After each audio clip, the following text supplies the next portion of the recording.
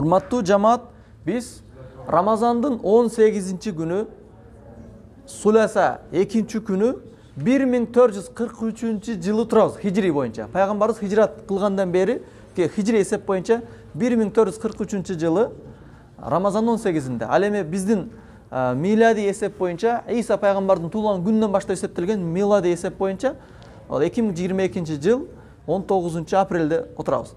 Аллах Таала сиздердин кылган ибадатыңыздарды кабыл кылсын. Биз Мекке шаарында харамдын территориясында, харам чегинде турабыз. Жана умра амалын аткарып бүтүп, кошумча сабактар менен, тавафтар менен жана таравих, орозо менен ибадатта турган кезибиз. Аллах Таала сиздердин кылган ибадаттарыңыздарды кабыл кылсын. Биз бул жака башка бир максатта келген эмес. Бир гана максат ибадат иретинде келген. Башка бир максаттар жок болгон. Себеби бул жерде башка нерсе кылайын дегенге да мүмкүнчүлүк жок. Жумуш кылайын десең башка кылат. Сиздер баарыңыздар Аллахтын ыраазылыгын табуу үчүн келгенсиздер. Болуп дагы Рамазан айында келдиңиздер. Рамазанда бир моментте ушундай болуп көрбөгөндөй соопка ээ болуп атасыздар. Аны сиздерге мен түшүндүрүп бере албай турган келди. Биринчиден айта турган болсок, туугандар, сиздер Рамазан айында умра кылып атасыздар. Рамазан айында умра кылуу ажылык кылганга барабар. Ал деген сөз Рамазанда умра кылса, ажылык кылып койду эмес. Ал ажылык фарызы аткарылыш керек, моюндан аткарылыш үчүн. Бирок ажылык кылганда адамдар канча соопко ээ болсо, куду ушундай соопко ээ болуп атасыздар. Ушундай ээ болдуңуздар, себеби умра кылдыңыздар да. Анткени пайгамбарыбыз айткан, Рамазанда умра кылуу ажылык кылганга барабар. Башка бир хадисте бир аялга айткан пайгамбарыбыз, ажылыкка келе албай калдым деп суроо узатканда айткан, сен пайгамбар саллаллаху алейхи ажылык кылганда ошо жылы пайгамбар менен бирге ажылык кыла албай калган. Мен ушинтип ажылык кыла албай калдым деп өзүнүн көйгөйлөрүн айтканда пайгамбар айткан, сен Рамазанда умра кылгын, анткени Рамазанда умра кылсаң, мени менен ажылык кылгандайга барабар болот деген. Сиздер пайгамбарыбыз менен бирге ажылык кылгандай сооп алдыңыздар. Аллах Таала кабыл кылсын. Бул экинчиси, кимдин атынан умра кылам десеңиздер, бадал кылыпчы. Ошолор дагы пайгамбарыбыз менен ажылык кылгандай соопко ээ болот. Умрага жана ажылыктын сообуна ээ болот. Андан кийинкиси, күн сайын мечитке барып атасыздар, харам мечитиндечи. Ал жерде окулунган намаз 100.000 эсе көп сооп болот. 100.000 эсе көп. Жөнөкөй Кыргызстанда окулган мечитке караганда, жөн намазга караганда 100.000 эсе көп сооп. Ошого элешип атасыздар. Таравих, мисалы, Кыргызстанда окуган таравихка караганда ал жерде окулган таравих 100.000 эсе көп сооп. Ошондуктан сиздер умра кылам десеңиздер, таравих учуруна кылбаңыздар. Биз биринчи келгенде бир сөз менен айтканда мажбур да болуп калдык, келип туруп таравихтен кийинкиге кармайын десе кыйынчылык, ошондуктан таравих учурунда умра кылдык. Эми сиздер умра же башка ибадат кылам десеңиздер, тавафтычы, таравихти өз убагында окуңуздар, 100.000 таравихтен жакшыраак. Тагыраак айтканда бир 80-90 жыл таравих окугандай эле соопко ээ болосуздар, бир эле неме кылсаңыздар. Ушул келгенден кеткенге чейинки таравихке катышсаңыздар. Анан пайгамбардын айткан хадиси бар да бугачы. Акса мечитине, бул Фаластинада Акса мечитинде окулган намаз 1000 эсе көп сооп, башка жакка караганда. Ал эми пайгамбарыбыздын мечити, Набави мечитте 10.000 эсе көп сооп болот. Ошол соопко ээ болуп окудук 5 убак. Ал эми биздин пайгамбарыбыздын ушул Ал-Харам мечитинде, Каабадагы мечитте, мечиттин аты Ал-Харам. Ал-Харам деген урматтуу деген мечит. Урматтуу мечитте окуу 100.000 эсе көп сооп болот. Биз окулунган таравих, 5 убак намаз, андан башка нафилдердин бардыгы 100.000ге барабар болуп эсептелинет. Анан ага кошумча таспихтер, сооптуу иштер кылынган, мисалы бирөө ооз аштырып ифтар берген болсо, же болбосо кандайдыр бир адамдын бир ынжыктыгын көтөрүп койсо, туура эмес сөз айтса, мейли биз харам тууралуу сабыр кылып койсо, ошонун сабыры дагы 100.000 эсе көп болот. Алымдар айткан, 100.000 эсе намазга айтылган, ошого салыштырмалуу башка амалдар дагы 100.000ге барабар болот деген. Башка бир Кыргызстанда бирөө жаман сөз айтып койсо, ого сабыр кылып койсо, бир сооп болсо, бул жерде сабыр кылып коюу 100.000 эсе сооп. Ошон эле тетириси, бирөө менен туура эмес иш жасаса, ошого жараша күнөө болот. Анткени харам территориясында турабыз. Бул жерде бирөөнү тилдеш, урушуш, жемелеш арам эсептелинет. Бирөөгө добушту көтөрүп коюш дагы арам эсептелинет. Себеби бул харам территориясында отурабыз. Ал эми башка жактарда кээде учуру келгенде, мисалы тура эмес кетсе ордуна коюп койсо, эгерде чектен чыкпай болот, бирок бул жерде ордуна коюп коюуда тыюу салынган. Ошондуктан сиздердин суранарыбыз бул жерде жүргөндө ибадатка кошо кээ бирки ынжыктарга сабыр кылабыз бири-бирибизге. Анткени биз адамбыз, кемчилдиктүүбүз. Иннал инсана лаканут, чындыгында адам жакшылыкты билбейт деген Аллах Таала. Биз ушундай жаратылганбыз. Биздин кемчилдигибиз. Дүйнөгө ушул кемчилдик менен сыналабыз. Ошол учурда биз инсанбыз, дагы жаныбызда башкалар инсан. Сиздердин жакшылыгыңыздарды билбей, туура эмес сөздөрдү айтса, Аллах Таала айткан ушундай, биз сабыр кылып көрөлү, соо болобуз. Аллах Таала бизге кабар берип атат. Адамдар жакшылыктарды билбей калат, туура эмес сөздөрдү айтып алат деп айткан. Ошондон биз сабыр кылайлы. Эсептеш керек болсо, баары эсептешип алабыз Кыргызстанга караганда. Бул жерде иншалла сабыр кылыңыздар. Сабыр кылган нерсе мен суранган үчүн эмес, Аллах Таала талап кылгандыгы үчүн. Арбетте соон биз бербейбиз, Аллах Таала берет бул нерсени. Андан кийин сиздер бул жерде айта турган нерсебиз, бул жеке умра жетекчи катары сиздерден талап кылайлы. Гостиницада курсакты тойгозуп, уйкуну кандыргандан кийин бул жерде болбоңуздар. Ушул жерде мисалы көбүнчө расписание ушундай болуп калат. Түнү менен ошол харам мешитинде болуп калат көпчүлүкчү. Бамдат намазды окуп келет, уктап дем алат, пешимди ойгонуп антке чейин пешимге үлгүрбөйсүздөр да, сөз бир жерде окуй атасыздар. Окуп бүтүп сабакка катышыңыздар, андан кийин харамга кетиңиздер. Умра кылгандар умра кылыңыздар, таваф кылгандар таваф кылыңыздар. Харам мечитинде отуруп алып жөн Куран окусаңыздар болот, таспих айтсаңыздар болот, ушул жакта болуңуздар. Эгерде ифтар ал жакта болуп, бул жакта келиш керек болсо, бу жакка келиңиздер. Андан кийин кайсы убакыт болсо ал жакка барыңыздар, суранычы. Анткени убакыт чектелүү, эртең эле биз кетип калабыз. Кече бир жамаатты узатып келдик нар жактан. Бардыгынын өкүнүчү, эми бардык деп айта албайбыз, арасынан өкүнбөгөндөр болсо керек, көпчүлүк убактыбыз аз болуп калды дегендейчи. Биз эң көп убакытка келдик 29, бирок ошентсе дагы бизге аздык болуп калат. Себеп түшүнгөн адамдар үчүн. Анан умранын келген убакытта сиздерге бир артыкчылыктарын бир сыр айта турган болмосок, Пайгамбарыбыз Мухаммад Мустафа саллаллаху алейхи вассалам умраны эки жихаттын бирине кошуп айткан. Биз ислам бизге сахабалардын ушундай бир жол басуусу менен, аракети менен, канчалаган сапар тартуусу менен, жихаты менен келип келген. Ал эми умра ошол жихаттардын бири. Ахадал жихатайн деп айтканда, бул эки неменин ортосуна коюп берген. Анан умранын кайра умра кылуунун артыкчылыгын айткан. Сиздер араңызда да көпчүлүгүңүздөр баягы кайрада умра кылгансыздар да. Ал умра, бул умра экинчи бир умранын ортосундагы күнөөлөрдү кечириши тууралуу айткан. Бир умра кылдыңыздар, арадан дагы кеткенге чейин өзүңүздөр үчүн дагы бир умра кылсаңыздар, ортодогу кетилинген ката кемчилдиктердин каффараты болуп эсептелинет. Пайгамбар саллаллаху алейхи вассалам айткан: "Ал умра илал умра каффаратун лима байнахума." Умра экинчи бир умранын ортосундагы ката кемчилдиктерди өчүрөт деген. Ката кемчилдиктер деген, күнөөлөр дегени кичинекей күнөөлөр. Ал эми чоң күнөөлөр сөзсүз түрдө тооба зарыл болуп эсептелинет. Андан кийин умра кылыш. Сиздер келип умра кылдыңыздар, эки нерсени кетирет. Кедейликти кетирет жана күнөөлөрдү кетирет.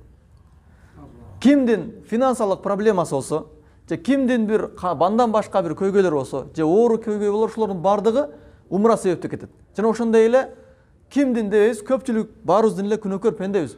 Күнөөлөр бар, күнөөлөрдүн кечиришинде бул умра себеп болот. Анткени Пайгамбар саллаллаху алейхи вассалам айткан: "Таби'у байнал хаджи вал умра фа иннахума янфиянил факра ва зунуб" деген. Силер ажылыкты жана умраны көп кылгыла, биринин артынан бирин кылып аткаргыла. Анткени ушул ажылык менен умра адамдын муктаждыгын жана күнөөлөрүн кечирет деген. Башка бир хадисте ушул хадисти айтып туруп, куду заңдаган нерсени, заңды кетире турган өзүнүн нерселери бар го, баягы не деп коет бизде, наждак деп коет го. Ошентип ошо тазалаган сыяктуу эле адамдын күнөөлөрү бар, бирок умра ошол нерсени тазалап турат. Сиздер азыр умра менен эки көйгөйдү чечип алып атасыздар. Биринчиси күнөөлөрдүн кечирилишине себеп кылып атасыз, күнөөлөрдү кетирип атасыздар. Экинчиси көйгөйлөрдү. Ошондон айтканго, умра кылуу байлыктын келишине себеп болот деген.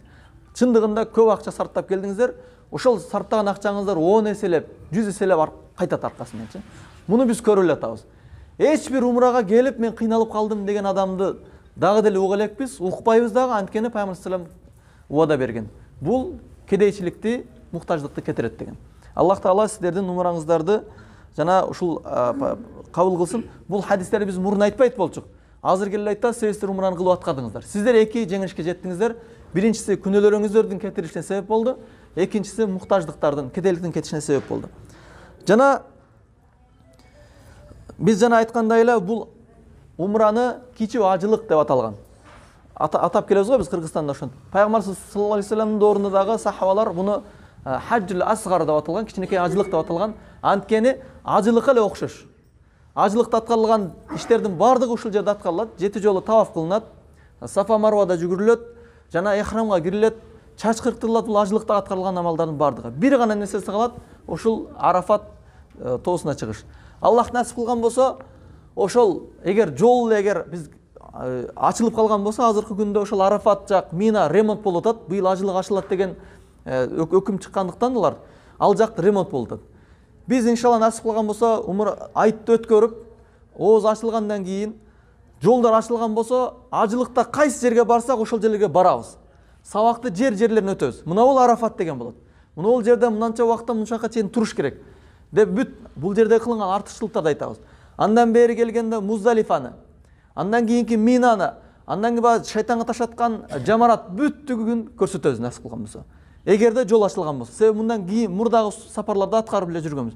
Мында азыр ремонттор болуп атат, себеби 3 жылдан бери ажылык болбостон аябай бир эмелер чыгып кеткен, бузулуп, чатырлар ремонтко муктаж болуп калган. Иншалла насип кылган болсо, ал жактагы ачылат. Анан быйыл ажылык болот дегендиктен катуу даярдык болуп атат, аны көрүп атасыздар. Мына бул харамдагы адамдарды көрүп, биздин ажылар бир аз кысылып, кыйынчылык болгонуна бир өкүнсөк, адамдардын көптүгүн аябай сүйүнүп атабыз.